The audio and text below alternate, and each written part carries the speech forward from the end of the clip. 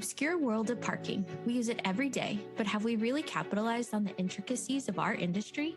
In this podcast, the Parking Network will go behind the scenes and talk to industry professionals about all things parking, from the horizon of evolving technology and even stories of the old days. We hope to encourage and inspire operators and property managers alike to look at parking through a new lens. Hello, and welcome to the Our Parking Industry Podcast. In today's episode, Clyde Wilson will interview Sarah Blouch. Sarah is currently the president of CampusParc, which manages parking concessions at The Ohio State University. During this episode, Clyde and Sarah discuss her background in the parking industry and the challenges she faces in managing university parking. Let's jump into the episode, and we hope you enjoy. Hi, we're ready. You want to introduce yourself quickly, and then we'll get started. I'm Sarah Blouch. I am currently the president and CEO of CampusParc, which is the concessionaire for the OSU Ohio State University parking system. Yeah, Sarah has such a tremendous background in the parking business, and she's really almost a one of a kind. She started with a long run at one of the large college campuses, and we've seen now how terribly difficult and demanding those jobs are. So talking to someone like Sarah, who's had that tremendous background, is so interesting because we learn so much about our business and the challenges that we have. But then she's also been through a private enterprise takeover of a large college campus, one of the very few in the country that ever successfully pulled this off. And she then moved over to the private enterprise side. So she's one of those very rare people in our business that started on a university side and is now sitting on the ownership side. In the very same business. In the same place. Yeah. Right. So it's very interesting. So let's start out with talking to Sarah about the early days in working in a university and some of the challenges that you had. You have to have some wonderful memories and stories of that. Yeah, so I actually started when I was 19. I needed a job. I was getting married. My mother-in-law worked at the credit union at the University of Oklahoma and knew the ladies in parking, and they needed a clerk. So I took that job and just kind of I just worked my way up from a clerk to a manager to a director, added transit. And, campuses are really interesting places. They're wonderful places. I mean, they have so many smart faculty, staff, students that often aren't tapped for campus problems. They always hire outside consultants, which I've always found interesting. But I like problem solving and just figuring out how to make things work and getting along with people. So then you moved to Ohio and really got into something that was interesting, right? Yeah, I was at OU for I think maybe like 15 years, and I think it was getting a little boring. We'd done a lot, but it was like I was looking, so clearly it was time. Right. Yeah. Ohio State came open. I knew it was a big place. I didn't know much about it. Flew out for an interview and really liked the person that was going to be my boss. It was a huge campus, very dynamic. And so I ended up going out there with the charge of bringing parking and transportation under one umbrella. Oh, wow. So that is something that we've learned about one of the big difficulties of the campus position, and it really depends on the movement of the campus and how much they're trying to move students off site and then trying to manage. As difficult as parking is, and then add transportation on that. So kind of what was the mix between students parking on campus and off-site transportation? Well, the transportation we provided primarily was on campus. It's about 4,800 square feet or acres of campus. It's a big campus. And we really needed transportation to get them around. We went off campus by the fraternities and the sororities. And that was really the only off campus that we did. Columbus doesn't really have a lot of transportation, but this was all focused on taking care of campus. It wasn't federally funded. We could do charters as well. So, did a lot of charter business, but it's an essential piece of the transportation pie on a campus. Is the parking is only one piece in almost every campus that's large. Geographically. Yeah. The large campuses are just so unique in the problems and challenges that they have to solve, and they're solved by the special people who are able to do that. Imagine having a job where you're dealing with all of the different parking places, and then having to deal with shuttle buses running around and managing shuttle buses And drivers. and managing were they hard to manage? And managing drivers. So let's start with then the challenges of of being a parking manager at a major university. Some of the challenges that you. Well, I always remember probably my first 3 months there. The university student government president came in to see me because parking is always an issue. And he said, we would love to try one day where the students can park where the faculty and staff can, because of course, like most campuses, parking is hierarchical and the faculty get the best. And then the faculty can park where we do. Well, I'm a big proponent of walk a mile in someone else's shoes. So I said, I'm supportive. But, and you lived through that? Well, but I have to go talk to some people. So I went to the secretary for the University Faculty Senate at the time and said, hey, here's an idea. I think it might be kind of interesting. Do not. They said, Sarah, do not go there. I'm like, it's one day. Do not go there. Well, okay. So we didn't. People are really passionate about parking on a campus. It's very personal. It's very emotional. I don't exactly know why, but it is, and I think part of it is there's a valuing message based upon the permit system. You cannot get this permit. You're not good enough is sort of the message you hear. And it really isn't, but it does more harm than good, I think, long term. And people always, the students and the folks that can't get those nice parking spaces, find ways around it. Right. It's kind of like in the healthcare business. The challenge with parking there is to keep the patients out of the nurses' spaces and keep the nurses out of the doctors' spaces. That was your challenge right there. Good luck pulling that one off. We still have that problem today. Yeah. So what were some of the bigger events that happened, bigger management challenges that you ran into that are the ones that you will always remember? Well, we had a couple of unions on campus. Oh, great. So we had CWA, the Communication Workers of America, is where the facility folks, the bus drivers, interestingly, belong to Nurses Union, Ohio Nurses Association. And of course, those folks tend to want to put parking into their contracts. Right. The challenges really become when they do that and they forget to tell us that that's what they want to do. And those folks often they have some of the more difficult jobs on campus. So they didn't ask your permission if you could? No, they didn't. They just added some things in there after the fact. And then it's, of course, too late to go back. Right. Please don't do that. I think the other thing is that, again, that hierarchy comes into play. Everybody is the most important thing on campus. And they're all important. I'm not going to say they're not. But, the faculty are like, well, if we're not here to teach those students, then they wouldn't be here. And the students are like, yeah, well, if we weren't here, you wouldn't have a job. And the staff are like, yeah, we keep this place going. So, nobody pays attention to us. So it's really just it's really just priorities. Well, nobody will come out and give you a priority on a college campus because you're just going to cause noise.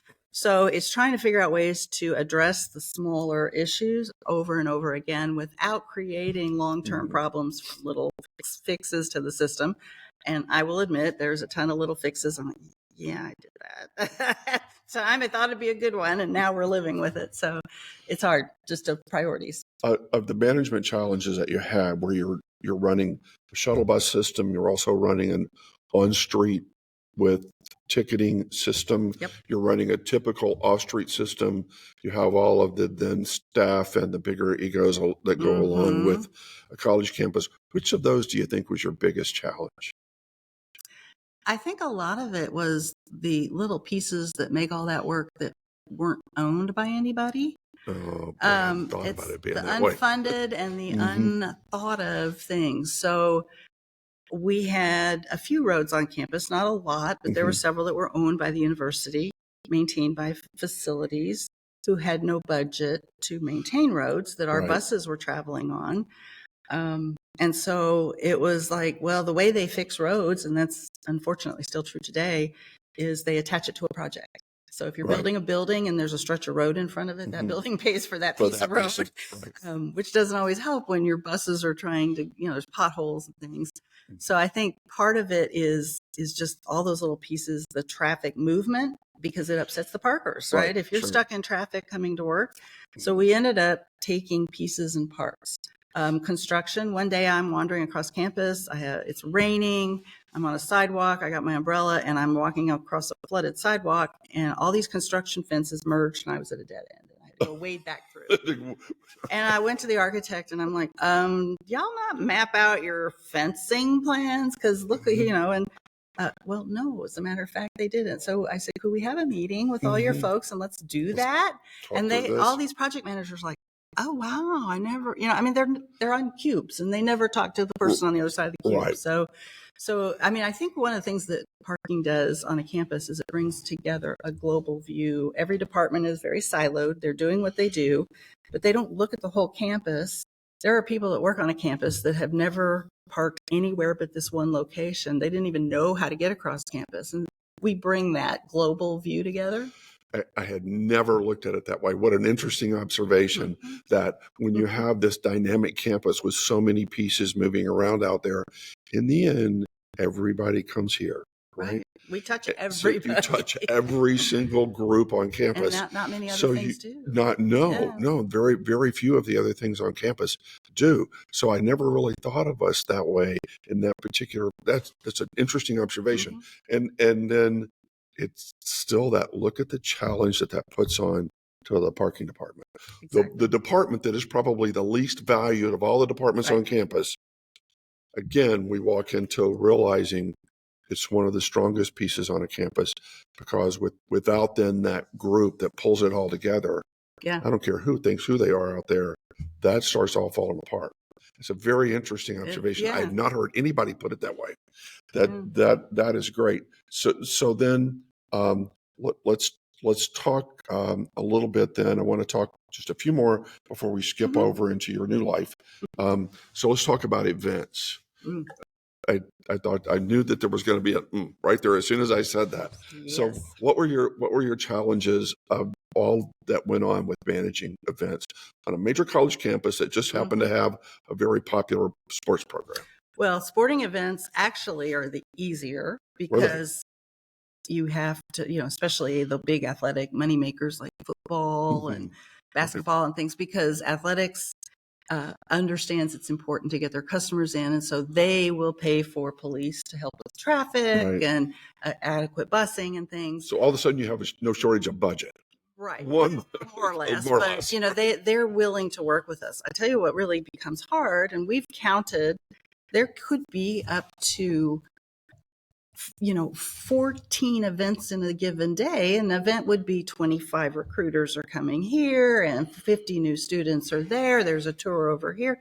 There's some kind of music department doing something, and they're all happening at once and nobody is talking to anybody about it. And they're all anticipating, well, this garage doesn't normally fill. Well, no, not when there's not 3 other events in that area. So it's really trying to coordinate the events on campus. There's no intake.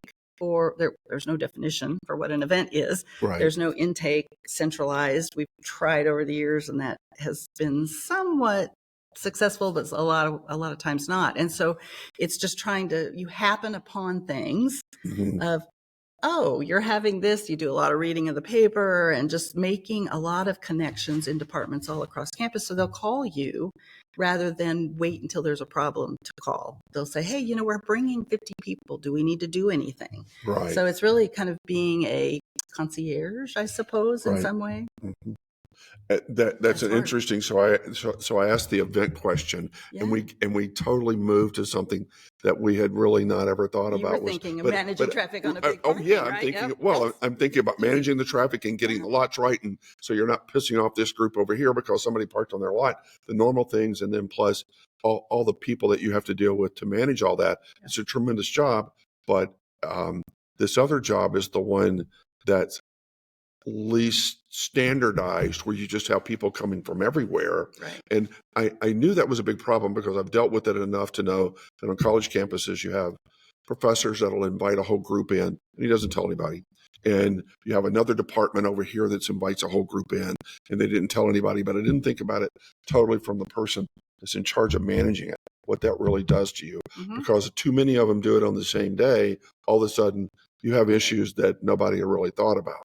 And that one garage that normally has plenty of spaces, all of a sudden somebody's calling you. Yeah, it's full. And then you also have the unexpected impact to faculty, staff, students that you wouldn't have expected.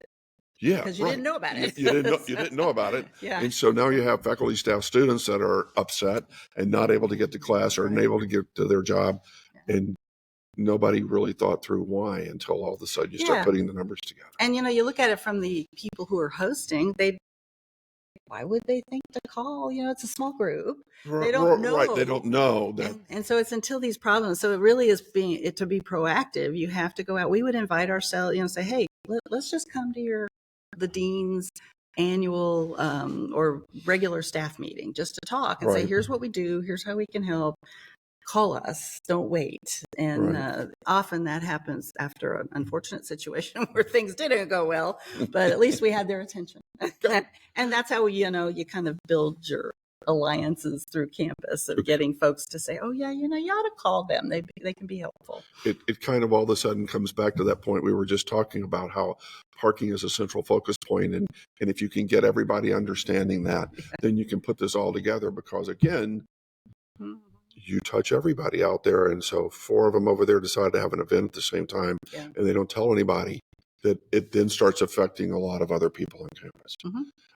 What a tremendous observation. It was so funny to go from what I think is about to become a great discussion about sporting events and all this logistics stuff.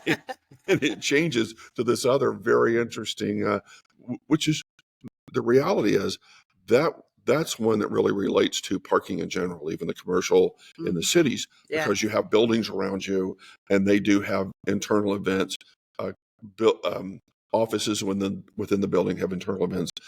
They don't think about, when they invite 100 people to go to a banquet or something, what it's going to do down in the garage, into the garage next door. So nobody really plans through this, and it's difficult. It is interesting. And, one of the most a big aha I got once is when I was still at the university, and every year you have to buy permits, and I had a faculty member call me, and he said he got a ticket for not having the new permit, and he says, I did have it, but he just didn't hang the right one. It was back in the days of hang tags, and so I said, well, I can take care of that for you, right? I got it. I liked one-step voids were great, but then he went on to say, he says, I also have another concern. And I said, okay. And he says, the building we have isn't cleaned properly. He says, we've got construction going on. And I said, oh, well, we don't do that. And he said, and he wasn't hateful. He just said, oh, well, you're all services to me. And I said, that's valid. Why would you know we have factions within who does it? And I said, that's a really good point. And so I said, I'll hook you up I will contact the people who do all of that and have them reach out. And we can, if you ever have parking, call me. Turned out to be an awesome guy, and he's like a world-renowned orthopedic surgeon for animals. Good. So I'm good use of him. But no, he's a delightful man. But I thought, that's a really good observation that I think one of the things in our industry is we can put the event parking only signs out, and we can coordinate these and stuff, but it's those perceptions of people who don't think about parking at all. It should be that non-event, right? Just drive in, park, that we have to think about, because they're not going to know to ask us stuff. They don't know the questions to ask. Right. That was funny how it ties back. All of this starts coming together. It ties back into the presentation yesterday about how the people that we deal with every day don't really understand all the things that we do. Nor do they want to. Nor do they want to. Nor do they want to. But I think they should a lot more than they do. They should be able to understand a lot more of what our responsibilities are. But it's funny how they don't, and until they have a problem, and then they really want to know what you do. Just fix it, right? Just fix it. Right? Yeah. Right. So then you went through a transition. So let's talk a little bit about what was happening to you during that time when it looked like that whole thing was about to fall apart here with you. I mean, nothing was about to fall apart, but in your life, the world was going to change. So let's talk about that one. Well, so initially I was asked by my boss at the time, who was the Senior Vice President of Administration and Planning, well, so what if your parking was outsourced? What do you think about that? And so we put a nice little presentation together about the horrors of that. The horrors of outsourcing. Didn't hear anything for probably 6-8 months. And I thought, okay, good. Got that one resolved. So we went back to doing our thing. And then I was called in, I think it was like early 2011. by the treasurer, and they invited, and I said, hey, Al, what's going on? Well, we want to invite you to a meeting. I said, okay. What's the meeting about? And he says, well, we're going to be outsourcing parking. And I said, really? I said, so what's my role? Well, what do I do with this? He says, well, we need you to tell us about what all the skeletons in the closet are. And I'm like, gee, it sounds like you're inviting me to my own plan my own funeral. Thanks. But that was how I was introduced to it, which wasn't exactly what I would have done a second way. But we went through the process, and the first thing we had to do, they said, well, this is what it's like. Concession to me is popcorn and Coke at a movie. I had no idea that there was like an industry in that. Didn't understand it. Didn't understand why. I can see now, having a different perspective, what was going on and why. But it was scary. They were tearing our family apart. I think everybody I've ever talked to in this industry, especially on campuses, it's a family. I mean, you spend more time working with these people day in and day out awake than you do with your family. So they are a family. So it was very, very emotional. It was stressful. And we couldn't articulate what we did. What do you do all day? Right. So we had meetings. It's a lot. I guarantee you it's a lot. Called all my managers together and I said, okay, we got to write down what we do. And it was hard because there's a lot. You're right. I had spreadsheet over spreadsheet of event management. And, quite frankly, I imagine that university leaders might be kind of interested to understand how much policy we drove and created. Right. There's a lot of stuff in there that, I didn't take it to the trustees to say, is this okay? It's just operational things that we had to do to make it work. So we did a lot of that, wrote it down, went through the process. We engaged some consultants to help us with diligence on private operators. That was a total mystery for me. I had never been in that world. And then, went through the whole deal. And it was interesting once the bidders, it was a bid. I was somewhat actively not really happy with all this. And so we were putting signs up around campus on the bus shelters. Parking dollars go to support all this. I had my hand slapped, and then the communication machine at the university cranked down and said, you all are not allowed to post anything. But at the end of the day, they awarded the bid. We supported the effort. We didn't like it, but we supported it. Because we had to do that. And the people that won came walking into my office that day. I was not at the board of trustees meeting at all. I didn't care. I was like, I'm not going to go. Had the dogs in the office that day. Dogs are not allowed. Who was going to kick? What were they going to do to us, right? And so it was interesting because the investors at the time, QIC and Laz Parking was part of this. They came in. Al Laz, he's a force to be reckoned with anywhere. And I looked up, and they had a gentleman who was local to Columbus, who had been the president of the American Electric Power Company there. He had run the Central Ohio Transit Authority, COTA. I knew him. His name was Bill Loda. Amazing guy. The guy drove around with a license plate that said ethics. And so, and he meant it. And he meant it. He did mean it.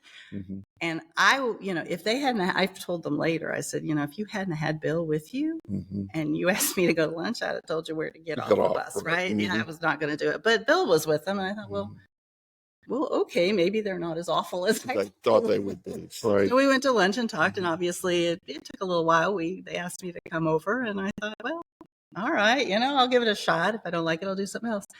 And I have really enjoyed it. I have learned a whole different perspective of how to do things.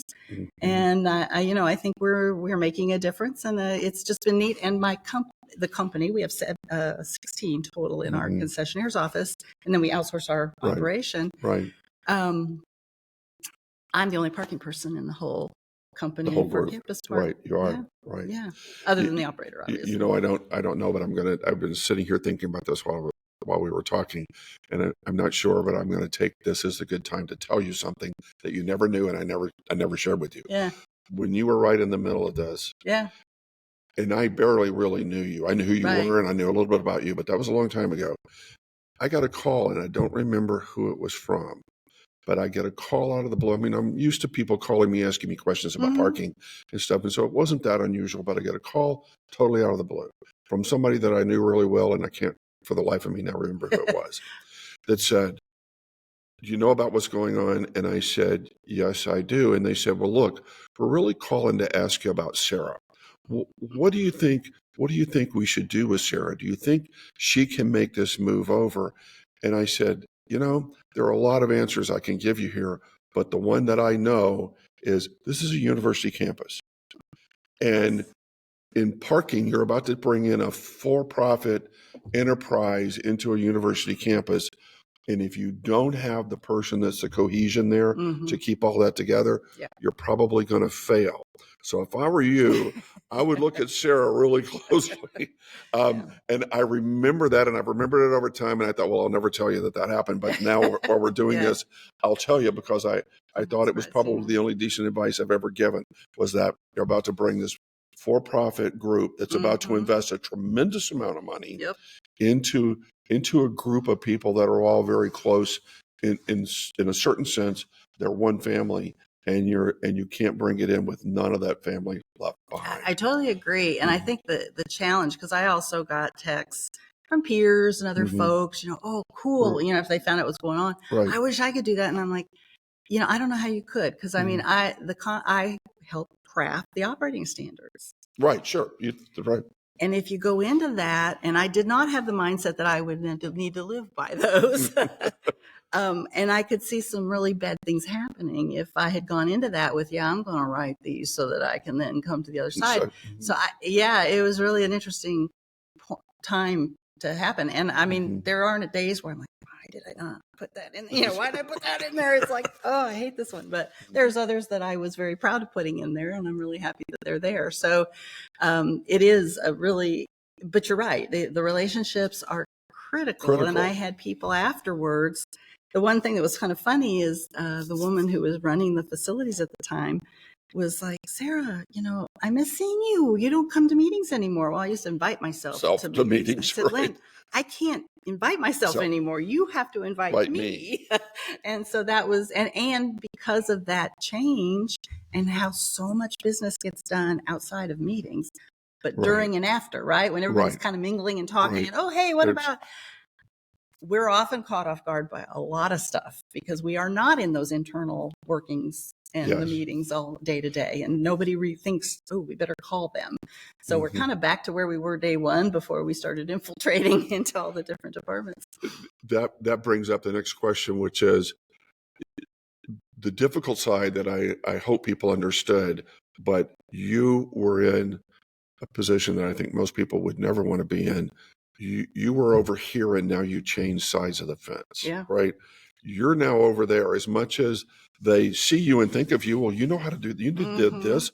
Why are you not doing? What's going on here, right? Yeah. So that had to be a tremendous challenge to you. It's hard for me. It was hard for some of my team stayed at the university, and I think there was, and even people had said, well, it's Sarah, but she's working for somebody else now, not the university. So it was tough. It was really tough. That person. It took about 5 years really for that emotion to die down. I can imagine that it took that long to do that, because it goes back to what we've discovered at this conversation. Parking is central focal point of something on a big campus like that. And then all of a sudden it kind of moved over here. Right. And that had to be a difficult change for you and for everybody involved in the whole program. And only then became successful because you were able to make that a successful transition. Yeah. Not very many people, I know a lot of people in the world, and not very many people could have made that transition. It was really, really a tough transition to make. So now let's move over to your life now on the ownership side and looking back at what you managed and looking back at the people and how you've done this. It's been interesting. We've had a lot of, I've had a lot of ahas. So, we set it up we have a private operator. Initially, I think the investors thought they would do everything, right? They run it, they plan it, they do all the reporting. They don't have time. Right. They're doing break, fix, what crisis is happening today, what events did we not know about today. I mean, they do a great job at that. Sure. But it consumes all their time. I mean, there's just no time to step back and say, how'd that go? And could we do it better? And what are other things out there? And they just don't have time to do it. I can't imagine high-level investors once they realize getting involved in the tremendous details of running a parking business. Yeah. I'm sure from the outside it looked easy, like Oh, yeah. like it does for everybody. From the outside it looked easy, but the reality is to deal with the details. So yeah. Yeah, and I took QIC's credit; they were great. So the concessionaire's office was planned initially to have 2 people in it, myself and the woman who is now our CFO. And we would put our little magical touch on some of the reports that was done by the operator and just send them up. Right. We have 16 people in our operation right now, and a lot of it is supplementing the operation in that we will take those reports, they look at them to say, does this make sense? But we're like, well, what's the trend? What's happening here over 5 years? What's happening? Right. What do we think is going to happen? And QIC was supportive of that, of adding that cost, which was not initially in the plan, to get the value back out that we needed. And then I think they also didn't realize the time needed to work with our counterparty, the university. So the university holds all the cards. We can't raise prices. We can't change a parking space. We can't change a rule without their okay. Right. The gentleman that is now over the parking operation runs the transit, and he worked for me before. He's a wonderful, talented young man. But, he keeps saying, if they tell me one more time that we're out of the parking business, I'm going to throw a stapler. They have to make all the decisions. And I said, we could do a lot of that for you and then elevate, some simple. But I think there's still this lack of understanding of what this deal is. It took me a long time to get there, so I totally understand it.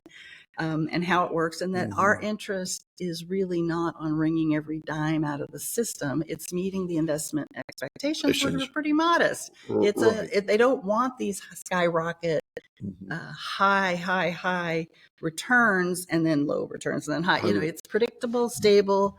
Most of the initial investments were pensions. They just want to make sure that grandma and grandpa got their money when they retire.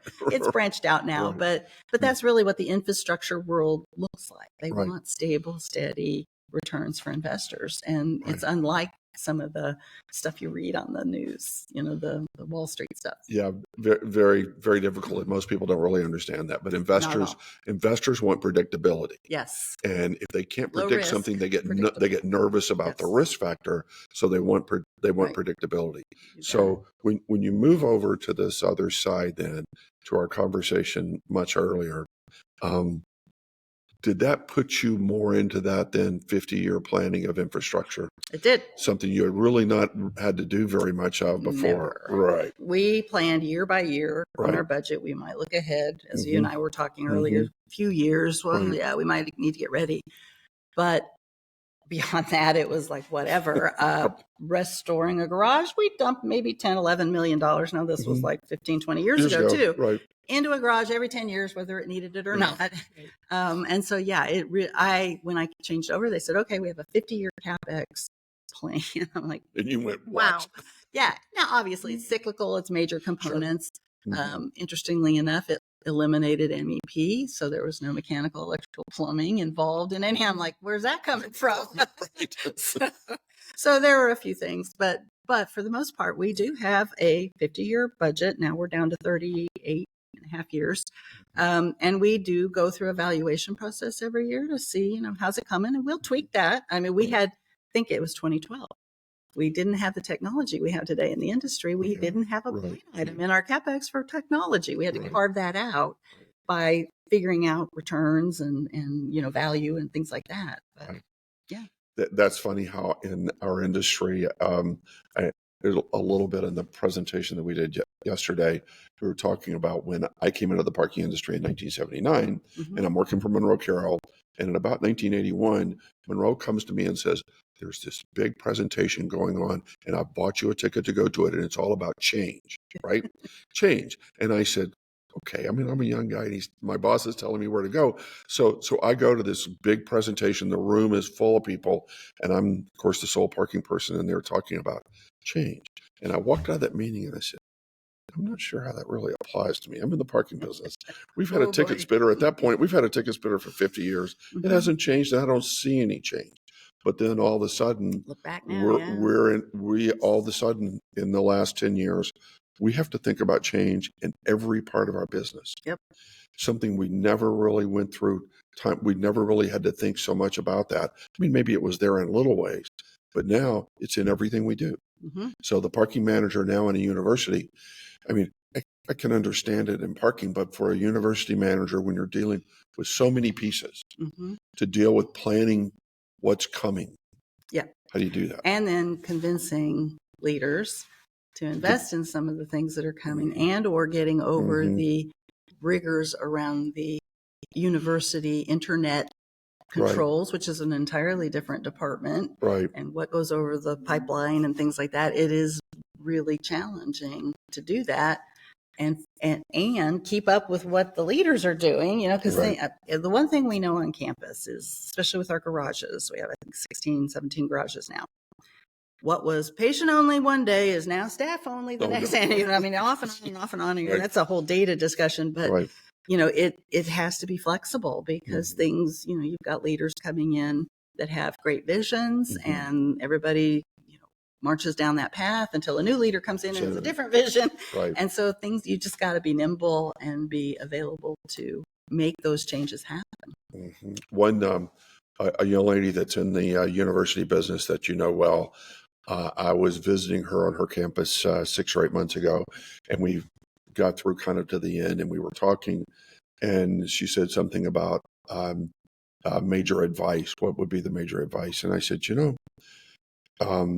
it looks to me like that parking and university parking, but it looks to me like your biggest challenge is learning how to present this major change we have coming to the people up here who really don't understand our business. And one page with bullets and white space. Right. Right. And that's it. Yeah. One page, bullets, white space, and how to present that. It's kind of one of those things that we in our industry, over the years that I spent, I had to do it a little bit because I was on a different side.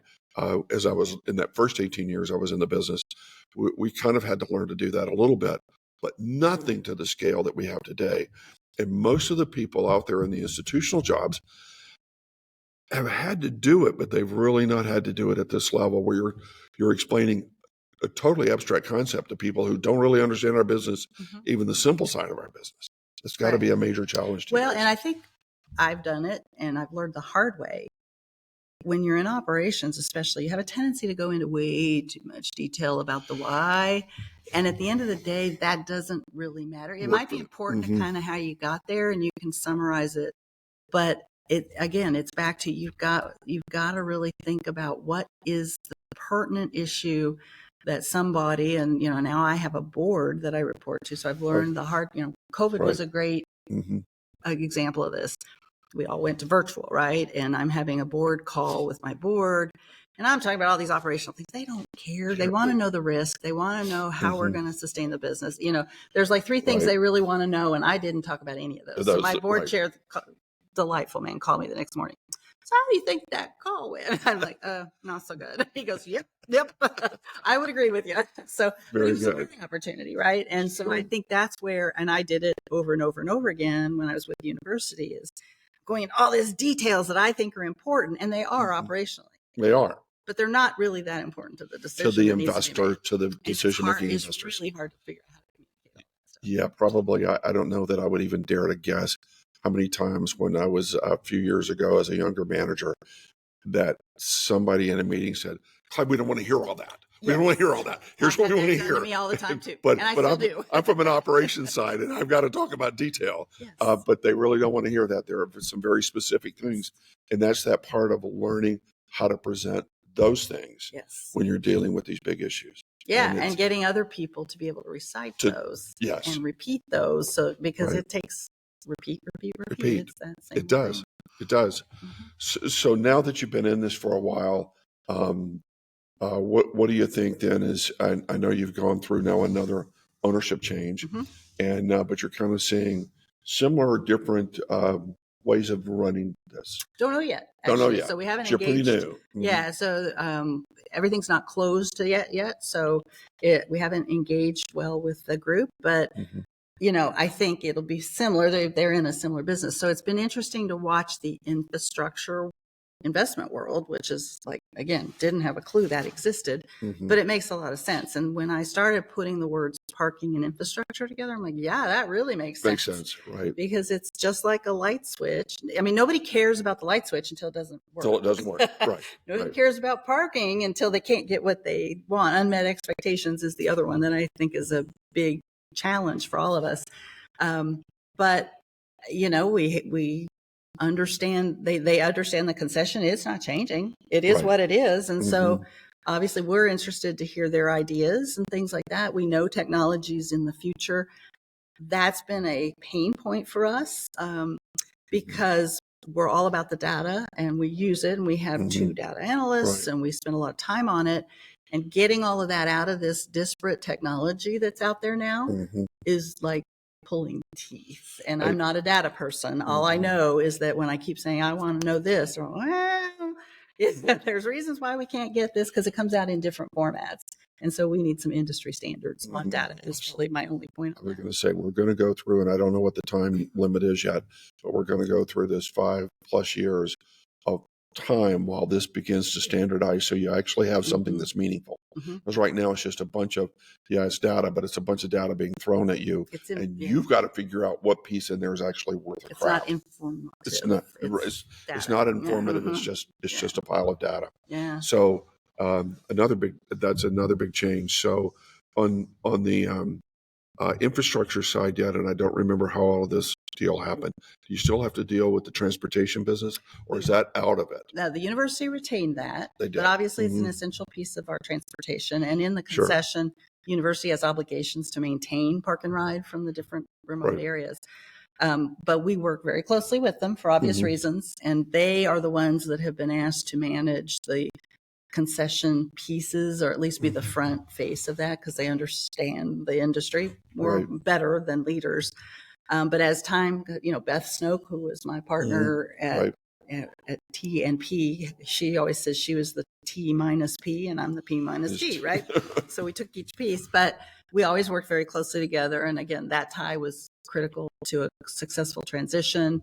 And the person who succeeded her is amazing and really has they have the same global thinking we do, right? They have to. Right. And so they can translate some of the things and help reiterate some of the messages. And what's nice now, I think we're 11 years in now, the emotion is for the most part gone. A lot of new people on campus. And it's like, just tell me the guardrails. Yeah. What do we need that's to know? The way it is.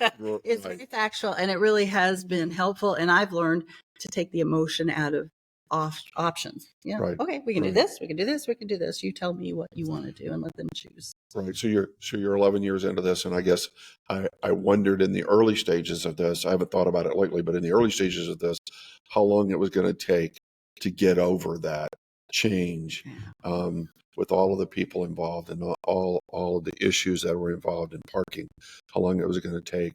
And then when it happened, did it just kind of all of a sudden you realized it's happened?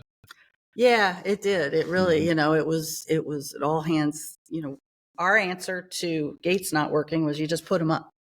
Right. That was not anymore. Not now. And so we had to actually fix the darn things and figure out how we get those to work. And, our operator did a great job with that.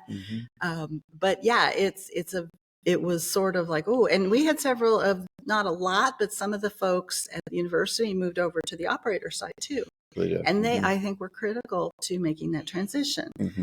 Now, I think the difference is the operator is a commercial operator, so they're looking at optimizing things. We're looking at optimizing things. At the university, when we all operated, it was shut the noise down quick. So we would throw money and people at any problem. We had lots of money. We were in the parking office, right? We don't do that now. And so we really have to spend more time thinking about how are we going to solve this one. And so that means sometimes the noise lingers longer. Because I hadn't thought about that. Or the university would have to say, yeah, we're okay with you doing that, and we'll make up the loss. Right. And so, there's a little bit of coaching them to say, can we be proactive about things? And that's hard because they have so many things on their plate. They don't want to be proactive. They got bigger things to think. Maybe that won't happen. Right. It inevitably does. And then there's it's been so interesting that I've had the fortunate ability to watch this from its whole lifespan to see how this worked. And I always kind of took a kind of a middle approach in the early stages of this because you really can't predict. But in this particular case, this move to the private sector in this thing that I think a lot of people early on thought, how is this ever going to work? We had certainly by this time been through the Chicago experience and to look at this one. And this one has just really, really has now, you look back on it and go, it's worked well. It's really, really worked well. It has. I think the university's done amazingly well. They've earned, I think, over $300 million on the $485 million that they got. They invested it. They were smart about how they did it. They had a little something for everyone: students, faculty, staff. Everybody got a little piece of the pie, and they've done very, very well with it. And we would like to work closer and more proactively. I think there's still a little bit of, and this is a university thing, having grown up in that world, we're the big cheese here. You got to do what we want to do. And we're like, yeah, well, we have a contract. You have obligations. And so trying to help them work through that. And I think dedicating resources that they should to managing that contract. They did that with the energy, but for parking, it's just kind of, they throw it on the transportation folks and say, here, deal with it. And it's a pretty dynamic piece of what they do. So I think that's part of the challenge, and we're trying to work with them on that as well. But it's going well. I mean, I still love it. I love being able to work with the campus folks that I've always had relationships with. And, try my goal. We were having a focus session with faculty and staff.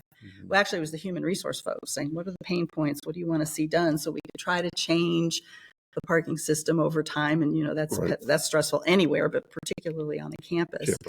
And she says, why are you doing this? And I said, well, I hope before I leave, we can make it a better experience for everybody, because the value proposition for faculty, we're raising rates annually, which we did before, but now it's private. So it has a different view, but it's going down in the hunting license environment we have. And that worries us. That's a risk. It's a risk. I mean, people aren't going to pay $1,300 for a hunting license if they can't find a space. They can't find a space, right. But they might pay a little more for certainty, and then we could drop prices elsewhere. I mean, because it really isn't about maximizing revenue outside of the anticipation. It's about trying to figure out how we make a better experience for people coming. And I would love parking not to be the on our campus. I think we would all, that those of us in the parking business would love it not to be that, but it unfortunately is. And it's a challenge to us to try to figure out how to really stop that perception of us. So look, I think this has been a great conversation to have. It's been fun. I've learned a lot. Hopefully we've put some information here that people can listen to and learn an awful lot about the challenges that you've been through and the university parking, and then the challenges of moving it over, and been very informative. And I love the realization all of a sudden that parking is that piece that touches everything. So don't discount us, people. We have our fingers in everybody's business. We like solving problems. And that's kind of the nature of being in our business. You can't be in this business if you're not one that doesn't want to help. So we always want to help. We just have to know you need us, So we've enjoyed this, guys. Thanks. And I thank you for taking the time to do this and to have this. And I'm glad you've enjoyed it. And I certainly have enjoyed it. We hope you enjoyed the Our Parking Industry episode with Clyde and Sarah Blouch from CampusParc, and we hope to see you next time.